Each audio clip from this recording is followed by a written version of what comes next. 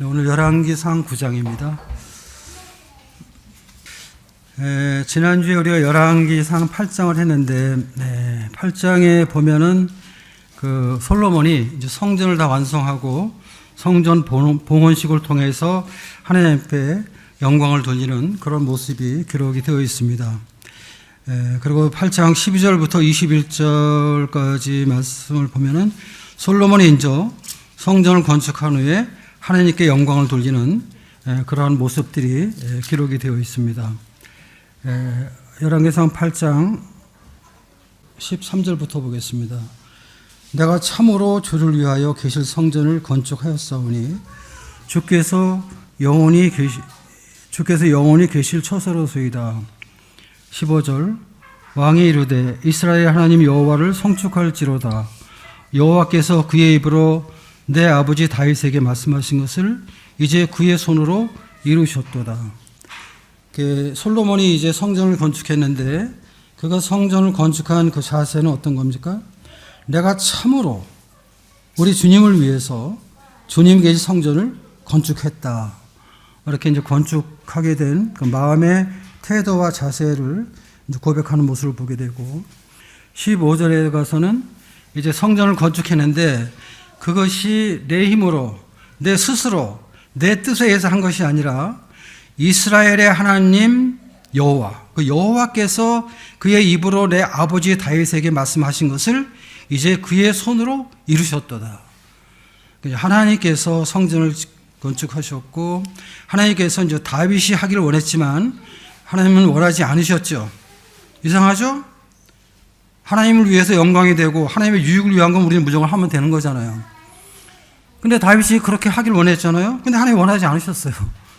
이런 일도 종종 있다는 것을 우리는 기억할 필요가 있습니다. 그래서 다윗의 그 마음만 주님이 받으셨어요. 그리고 대신 다윗이 건축하지 못하고 다윗의 아들 솔로몬이 건축할 거라고 주님 말씀하셨는데 다윗에게 그렇게 하신 그 말씀하신 것을 이제 그의 손으로 이루셨도다. 이런 고백을 하면서 솔로몬이 하나님 앞에 영광을 돌리는 그런 모습을 우리가 보게 됩니다.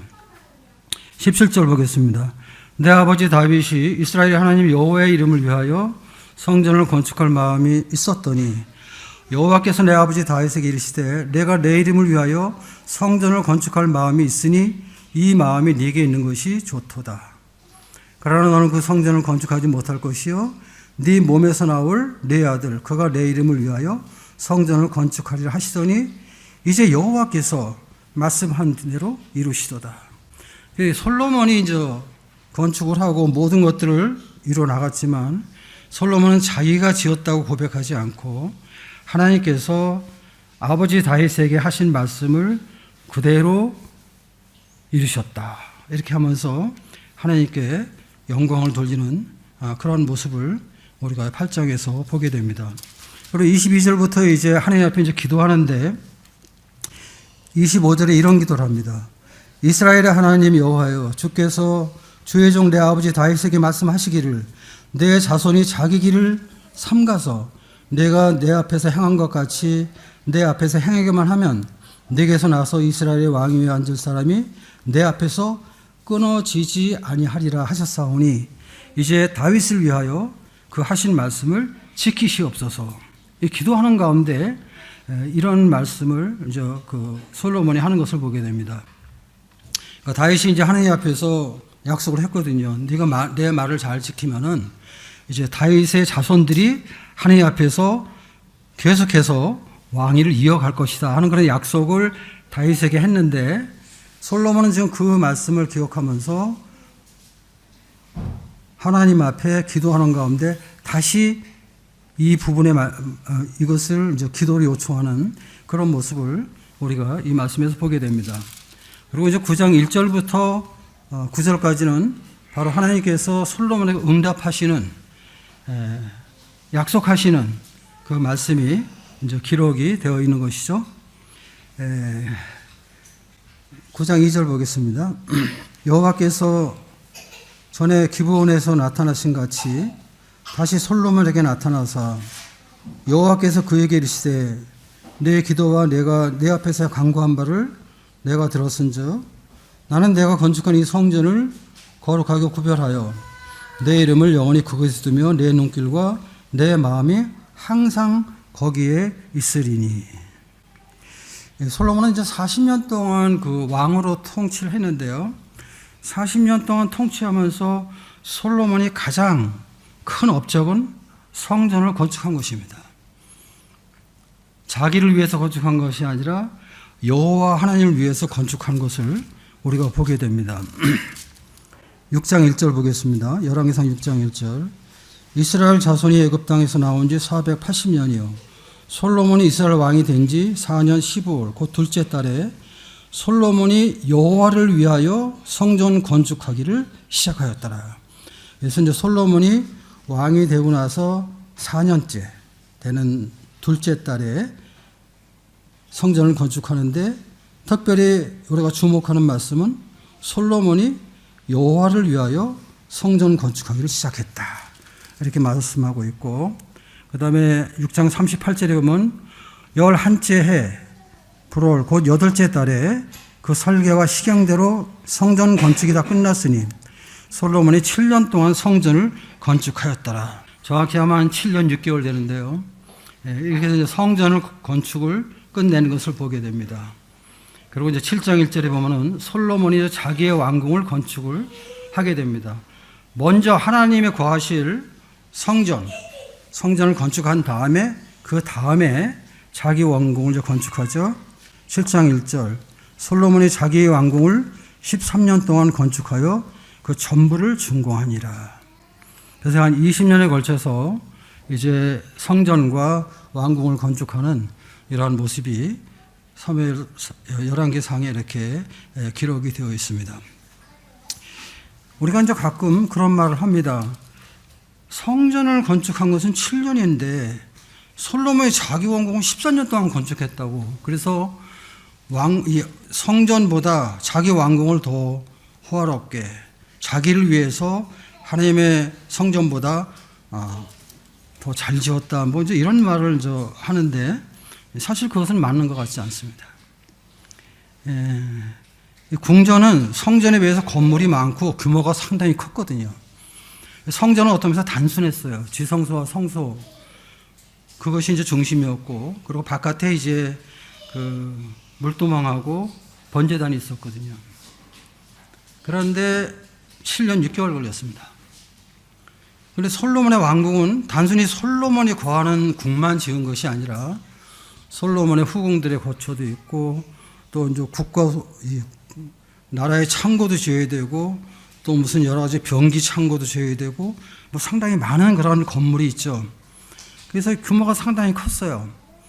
그래서 어떤 주석가는 성전보다 4배의 규모가 컸다 이렇게 이야기하고 있습니다.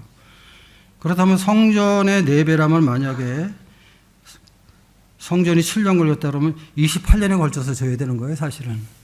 그런데 7장 1절에 보니까 13년에 졌거든요. 13년 동안 이렇게 졌습니다. 그리고 성전은 사실은 이건 다윗 때부터 다 준비가 됐던 거예요. 성전을 짓기 위해서. 원래 다윗이 지으려고 했었어요. 그런데 하나님께서 원하지 않으셨기 때문에 다윗이 물질이나 필요한 것들을 다 준비했습니다.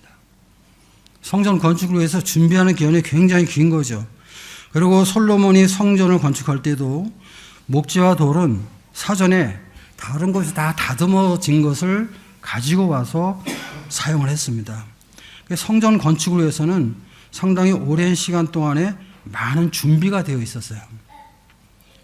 근데 솔로몬의 궁전 건축은 그렇게 성전 건축처럼 준비되어 있던 것은 사실 아니에요. 그럼에도 불구하고 성전은 7년에 걸렸고 궁전은 한 13년이 걸렸거든요. 이것을 보게 될 때 솔로몬의 성전 건축을 위해서 얼마나 최선을 다했나 하는 것을 우리가 알 수가 있습니다. 또 성전 건축은 다윗 때부터 계획하고 준비했던 것이고, 그리고 성전은 어떤 개인의 궁이 아닌 하나님의 전이었기 때문에 하나님을 믿는 모든 이스라엘 백성들에게 있어서는 모두가 다 관심을 가지고 있던 그런 것들이에요. 모든 국민들이 성전 건축에 관심이 있었고 기도가 컸던 그런 공사거든요. 그런데 솔로몬이 그러한 것을 잘 알고 있는 그 솔로몬이 성전보다 자기 건물을 더 호화롭게 짓고 성전을 갖다 가볍게 짓는 그런 어리석음을 할 사람은 아니죠. 또 솔로몬은 그 당시 상당히 이제 겸손한 자세로 주님을 섬겼기 때문에 이제 그렇게 될 때 이제 민심이 이반하잖아요. 솔로몬이 그걸 모를 리가 없죠. 그렇게 할 사람도 아니었고, 그리고 성전을 건축할 때 주로 백향목으로 지었죠. 마루만 잣나무로 졌습니다. 그 다음에 성전 안에 지성소와 성소는 전부 다 금으로 장식을 했어요. 금으로. 그래서 우리는 이 성전을 갖다가 황금의 집이라고 얘기를 하죠. 근데 솔로몬의 궁은 백향목과 일반 목재로 그냥 지었어요. 무슨 뭐 황금으로 뭐 이렇게 지은 것은 아니죠. 이런 걸 보게 될 때 솔로몬이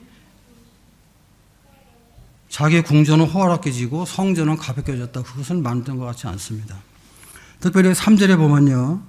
여호와께서 그에게 이르시되 내 기도와 내가 내 앞에서 간구한 바를 내가 들었은즉 나는 네가 건축한 이 성전을 거룩하게 구별하여 내 이름을 영원히 그곳에 두며 내 눈길과 내 마음이 항상 거기에 있으리니. 이거 하나님 만족하셨어요. 성전을 거룩하게 구별하겠다고 주님 말씀하시고 내 이름을 영원히 그곳에 두겠다고 말씀하셨고 내 눈길과 내 마음이 항상 거기에 있을 것이다. 이건 뭐 하나님께서 다윗이 지은 성전에 대해서 솔로몬이 지은 성전을 만족하신 것이죠. 그리고 하나님이 솔로몬의 마음을 아셨기 때문에 이렇게 이제 받은 것이죠.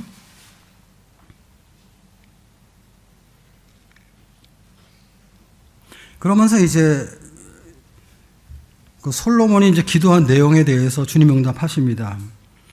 특별히 3절에 보면 다시 한번 보겠습니다. 여호와께서 그에게 이르시되 내 기도와 내가 내 앞에서 간구한 바를 내가 들었다. 솔로몬이 하나님 앞에 기도하는 것을 하나님이 들으셨다는 것입니다. 솔로몬은 하나님께 기도했고 그 기도를 하나님은 들으셨다는 것입니다. 우리가 주님 앞에 이제 기도를 드리잖아요. 근데 이 기도는 우리가 누구한테 하는 겁니까? 하나님 앞에 하는 것이죠. 하나님 앞에서. 근데 하나님이 우리의 기도를 들으신다는 거예요. 그리고 응답하신다는 거예요. 그러시면서 이제 4절에 말씀하시기를 내가 만일 내 아버지 다윗이 행한 같이 마음을 온전히 하고 바르게 하여 내 앞에서 행하면 내가 명령한 대로 온갖 일에 순종하여 내 법도와 율례를 지키며 내가 내 아버지 다윗에게 말하기를 이스라엘의 왕이 오를 사람이 내게서 끊어지지 아니하리라 한 대로 내 이스라엘의 왕위를 영원히 견고하게 하겠다. 솔로몬에게 약속을 하셨어요. 이 약속에서 우리는 이제 하나님의 은혜를 발견하게 되고 또 이제 하나님의 축복을 우리가 이 말씀에서 보게 됩니다. 그런데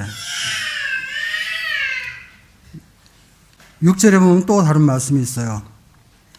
그런데 만일 6절 만일 너희나 너희 자손이 아주 돌아서서 나를 따르지 아니하면 내가 너희 앞에 둔 나의 계명과 법들을 지키지 아니하고 가서 다른 신을 섬겨 그것을 경배하면 내가 이스라엘을 내가 그들에게 준 땅에서 끊어버릴 것이요 내 이름을 위하여 내가 거룩하게 구별한 이 성전이라도 내 앞에서 던져버리리니 이스라엘은 모든 민족 가운데서 속담거리와 이야기거리가 될 것이며.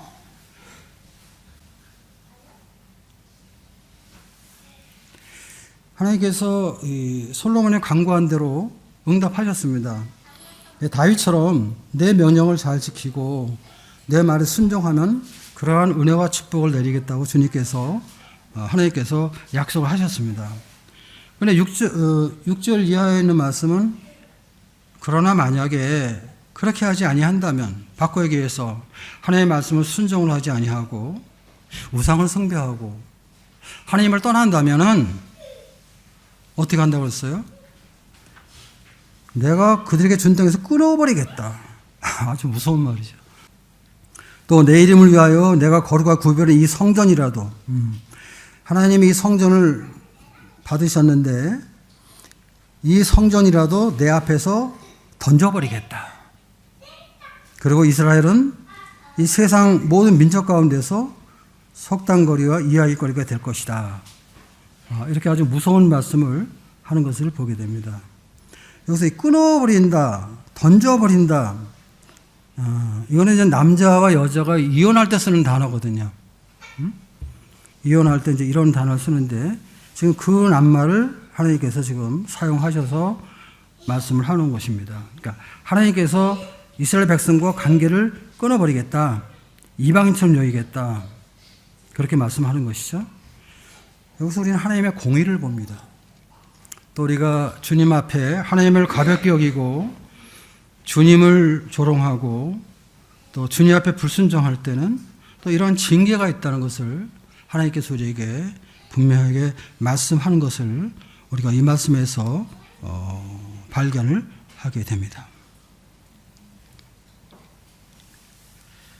이스라엘 백성이 하나님 앞에 순종하면 이스라엘은 하나님의 은혜 가운데 축복을 받지만 그러나 불순종하면은 열국의 조롱거리가 되고 성전도 내가 던져버리겠다. 이렇게 지금 말씀을 하고 있는 것입니다. 그래서 이 말씀에서 주님의 솔로몬에게 응답하는 이 말씀 가운데 우리는 하나님의 은혜를 봅니다. 그래서 하나님의 선하심과 인자하심을 발견하게 되고요. 또 한 말씀에서는 하나님의 어미하심, 어떤 공의로우심 이런 것을 보게 됩니다. 우리가 섬기는 하나님은 은혜의 하나님이시지만 또한 공의의 하나님이시기도 합니다. 우리는 조금 이렇게 좀 한쪽으로 좀 편향된 그런 약점이 있죠. 하나님의 은혜에 대해서 우리 많이 강조하죠. 은혜의 하나님을 많이 생각하고 은혜의 하나님을 우리가 좋아하죠.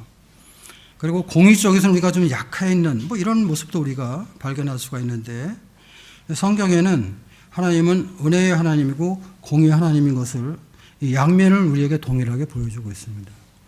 그래서 우리의 신앙생활 속에서 우리가 참 중요한 것은 항상 이 균형 잡는 게 참 중요한 거거든요. 우리는 어느 한쪽에 치우치는 경향이 있어요. 내가 좋아하면 그쪽으로만 막 이렇게 나가는 거예요. 한쪽을 우리가 잘 못 보는 이런 것들이 이제 우리의 이제 약점이라고 할 수 있는데, 근데 오늘 이 말씀을 통해서 우리가 이제 교훈을 받는 것은 하나님은 은혜의 하나님이시고 또한 공의의 하나님이시다. 그래서 우리는 주님을 섬기면서 은혜의 하나님과 공의의 하나님 이 양쪽을 잘 균형을 맞춰서 신앙생활을 할 때 우리는 보다도 좀 건강한 신앙생활을 할 수 있다. 좀 더 건전한 신앙생활을 할 수 있다 하는 것을 우리가 이 말씀에서 보게 됩니다.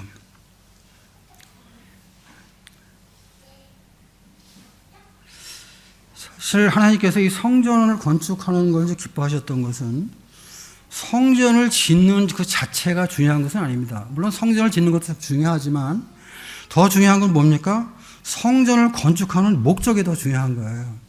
그러니까 하나님께서 성전을 건축하기를 원하셨던 것은 하나님의 백성과 함께 하기를 원하셨거든요. 그래서 성전 안에 성전을 바라보면서 이스라엘 백성들이 살아계신 하나님, 이 살아계신 하나님을 늘 기억하기를 원하셨어요. 그리고 성전에서 예배를 받으시는 하나님. 그래서 이스라엘 백성들이 그들이 믿는 하나님이 우상처럼 그냥 돌이나 나무로 만든 우상처럼 아무 능력도 없고 아무 생명이 없는 그런 하나님이 아니라 이스라엘 백성들 속에 함께 하시는 하나님인 것을 성전에 임재하시는 하나님을 통해서 이스라엘 백성들이 그걸 기억하기를 원했거든요. 그래서 이스라엘 백성들이 주님을 섬기면서 우리 가운데 계시는 하나님, 이 살아계신 하나님을 기억하면서 그 하나님의 말씀을 듣고 그 하나님의 말씀에 순종할 수 있도록 순종하기를 원하셨어요. 하나님. 이것이 성전을 건축한 목적이거든요. 그래서 하나님은 하나님의 백성들과 함께 하기를 원하셨어요. 그래서 이 선지자를 통해서 말씀하시고, 또 백성들이 하나님의 간구하는 기도를 들어주시고, 또 성막에서 제사 드리는 제사도 받으시고, 그래서 하나님의 백성들과 교제하고 또 예배를 받으시는, 그러므로 인해서 하나님은 살아계신 하나님, 그들과 함께 하시는 하나님, 그들의 예배를 받으시는 하나님, 그들의 기도를 응답하시는 하나님인 것을 항상 기억하면서 하나님을 섬기기를 하나님은 원하셨던 것이거든요. 하나님이 이 관계 때문에 성전을 건축하기를 원하셨던 거예요. 그래서 우리도 주님 앞에서 주님을 섬기면서 하나님과 이러한 관계를 갖는 게 참 중요하죠. 이런 하나님과의 긴밀한 관계, 교제하는 관계가 있을 때 우리는 하나님의 음성을 들을 수 있죠. 하나님의 인도하심을 받을 수 있죠. 어떤 데 하나님께서 위로도 하시고, 어떤 데는 책망도 하시고. 근데 우리는 어떤 하나님과의 관계보다는 하나님의 축복, 여기에 관심이 있죠.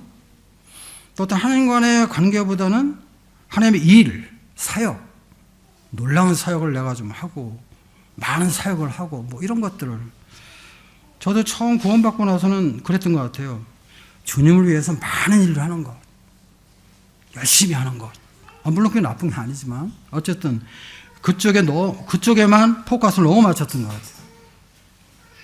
그러다 보니까 이 하나님과 관계가 소홀해지게 되고 끊어지게 되고, 그래가지고 일은 많이 하는데 내 심령은 어떤 쉼이 없고 기쁨이 없고 누림이 없고, 뭔가 자꾸 좀 강팍해져가는, 뭔가 좀 메말라가는 이런 것을 우리가 깨닫게 되죠.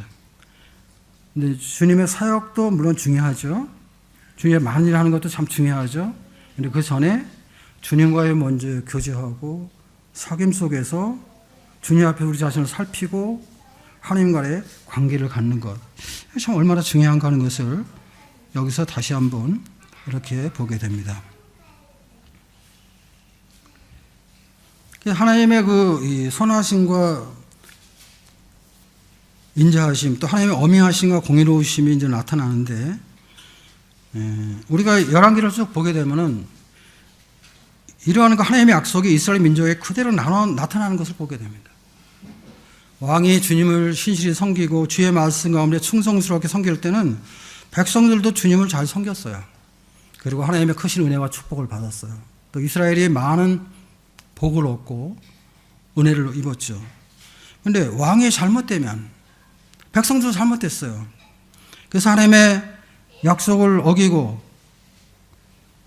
하나님 앞에서 순종하지 않을 때는 패역한 행동을 하게 되죠. 그럴 때는 하나님께서 징계를 내리시는 이런 모습들이 열왕기를 보면 쫙 기록이 되어 있어요. 우리가 앞으로 열왕기 상하를 계속 보겠는데, 제가 열왕기에서 느끼는 것은 그거예요. 인도자가 참 중요하다는 거예요. 인도자가. 왕이 누구냐에 따라서, 왕이 하나님을 어떻게 섬겼냐에 따라서 그 백성들이 복을 받기도 하고 화를 입기도 했거든요. 이것은 하나님의 교회도 마찬가지예요. 인도자가 누구냐, 인도자가 하나님 앞에 어떻게 하느냐에 따라서 그 백성들이 복을 받기도 하고 어려움을 당하기도 하는 것이죠.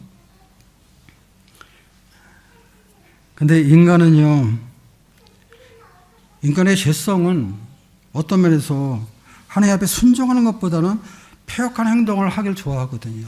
이 죄성이 우리에게 있어서 항상 어려움이 있죠. 결국 이스라엘도 솔로몬이 이제 11장에 가보면 이제 그 여자 후궁들이 데리고 온 그 섬기는 그런 우상들, 이런 것들을 솔로몬이 섬기게 되고, 그로 인해서 하나님께서 징계하시는 이런 모습이 나오게 됩니다.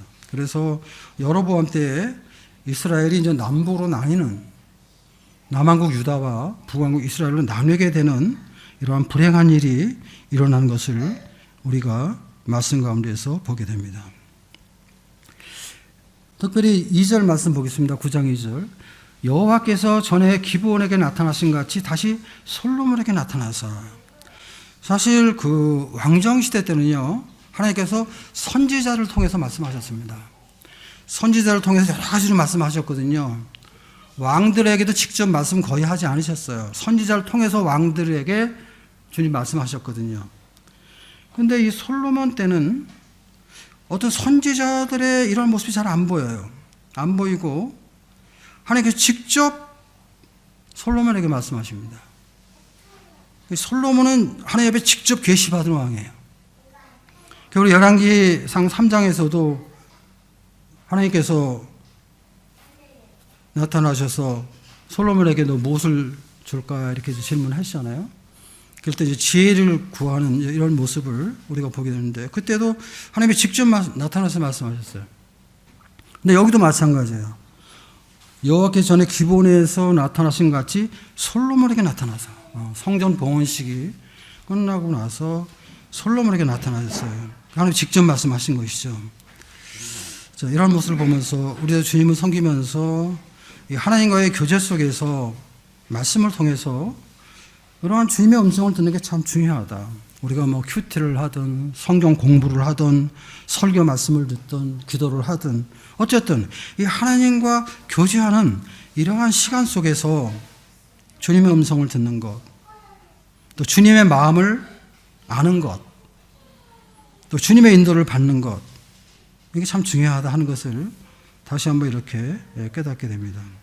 그래서 우리가 어떤 주님의 음성을 들을 때 또 말씀 속에 나타나던 주님의 마음을 발견하게 될 때, 또 주님께서 우리에게 말씀하는 것을 믿음으로 내가 받게 될 때 우리는 하나님 앞에 순종하게 되고 또 하나님을 경외하게 되고 하나님을 섬기는 이런 삶을 갖게 되죠. 근데 이제 그러한 그 주님과의 교제가 끊어지면은 그러면 이제 우리 생각대로 하게 되죠. 육신이 우리를 지배하게 되면 하나님을 가볍게 여기고 하나님을 무시하고 마치 하나님을 사람처럼 생각하는 것입니다. 사람처럼. 우리가 이 말씀을 통해서 이런 교훈을 받게 됩니다. 솔로몬의 삶 속에서 우리가 이제 본받아야 될 점이 있는데 그것은 뭐냐면 두 가지 말하고 싶은데 솔로몬이 왕이 되었을 때 솔로몬은 참 겸손했다는 것입니다. 솔로몬은. 사실 열왕기를 보게 될 때 솔로몬처럼 많은 장수를 할애하는 사람이 없어요. 1장부터 11장까지가 다 솔로몬과 관계된 말입니다. 근데 이렇게 11장까지 지면을 할애하면서 기록한 왕이 없어요. 그만큼 솔로몬은 상당히 중요한 왕이죠. 그런데 솔로몬이 왕이 되었을 때 겸손했다는 거예요. 솔로몬 그 열왕기상 3장 7절에 보면 나는 작은 아이다. 나는 작은 아이다. 근데 내가 이 하나님의 백성들을 갖다가 내가 섬길 수가 없다. 잘 섬길 수 없다. 그래서 하나님 앞에 지혜를 구하는 모습이 나오는데 하나님께서 이걸 기뻐하셨잖아요. 그리고 솔로몬이 원하지 않았던, 강구하지 않았던 부와 명예까지 주시는 것을 우리가 보게 됩니다. 이 솔로몬은 어떤 자신의 필요, 자신의 원하는 것, 그것을 먼저 구하지 않았어요. 그는 하나님의 백성을 인도하는 하나님 나라의 왕으로서 하나님의 필요, 하나님이 원하는 것, 이것을 먼저 구했단 말이죠. 그래서 결국은 지혜를 얻게 되고 우리 열왕기 3장에 보게 되면 그 아이의 엄마에 대한 그 재판이 나오는데 정말 지혜로운 재판을 할 수 있었잖아요. 그런 지혜와 명철로 솔로몬은 나라를 잘 다스려서 솔로몬이 가장 태평하고 번영된 그런 국가를 세울 수가 있었죠. 솔로몬 시대가 가장 전성기였습니다. 이스라엘은. 역사상 최강국으로 만들었죠.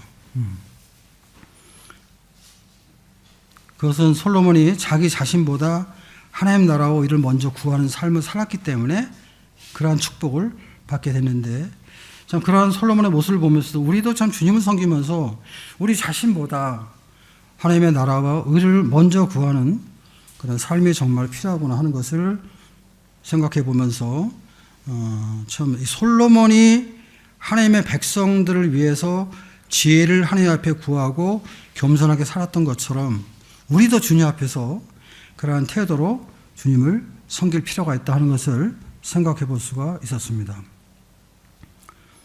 두 번째는 뭐니 해도 솔로몬의 그 가장 큰 위협은 성전을 건축한 것입니다. 정말 솔로몬은 진짜 가장 큰 업적이죠. 또 솔로몬 개인에게도 가장 큰 영광이죠. 수많은 왕이 있었지만은 솔로몬이 성전을 건축했으니까. 그리고 여호와 하나님을 위해서 많은 준비를 하고 성전을 짓는데 최선을 다했죠. 성전 건축을 이제 완성하고 주님 앞에 드리게 되는데, 참 이러한 그 솔로몬의 모습을 보면서 우리도 하나님을 경외하면서 하나님께 예배드리고 또 하나님의 영광을 위해 살아가는 삶을 참 살아야 되겠다 하는 것을 생각해 봤습니다. 근데 이제 솔로몬을 볼 때 참 아쉬운 것이 있죠. 처음에는 하나님을 의지하고 겸손했지만 후에 그가 엄청난 부와 명예와 군사력을 가지게 되었을 때 그는 하나님보다 자신의 힘과 자신의 권력을 의지하고 교만한 마음을 가지죠. 이게 참 아쉬운 겁니다. 교만하니까 하나님을 버리게 되고, 교만하니까 세상을 바라보게 되고, 또 교만하니까 자기 생각대로 한 거예요. 또 교만할 때 하나님 말씀보다 세상이 더 크게 보이잖아요. 또 교만할 때 우리가 하나님보다 세상의 즐거움을 따라가잖아요. 이게 참 아쉬운 것입니다. 이 부분이. 결국은 이제 주변에 있는 많은 나라의 공주들과 결혼하게 되고, 1,000명이 되는 그런 후궁들을 두게 되고, 또 이들이 가지고 온 우상을 솔로몬이 처음에는 다 거절했지만 노년에는 결국 그들의 영향을 받아서 솔로몬도 하나님을 떠나서 우상을 숭배하는 이런 엄청난 일이 일어나게 되죠. 정말 슬픈 일이죠. 안타까운 일이죠. 다윗처럼 하나님만 섬기지 못했습니다. 결국 하나님의 이스라엘 왕국을 분열시키게 되고 르호보암 때 이스라엘이 남부로 나뉘게 되는 이러한 하나님의 징계가 있는 것을 우리가 보게 됩니다. 그래서 참 우리가 이 주님 앞에서 믿지 않는 자와 멍에를 함께하지 말라 하는 그런 말씀이 고린도후서 6장에 기록이 되어 있는데, 그 말씀이 생각이 났습니다. 믿지 않는 자와 멍에를 함께하지 말라. 우리가 믿지 않는 세상에 살지만은 믿지 않는 자와 함께함으로 인해서 믿지 않는 자를 따라가고 그들의 가치관과 그들의 삶의 모습을 우리가 우리 삶 속에 같이 이렇게 행하고 이렇게 하게 되면 우리도 솔로몬처럼 얼마든지 하나님을 떠나서 우상을 숭배하는 그런 사람이 될 수 있다 하는 것을 보게 됩니다. 근데 이제 우리가 전도서를 보게 되면은, 이 전도서는 솔로몬의 인생론이라고 할 수 있잖아요. 근데 그 전도서 마지막에 보면은,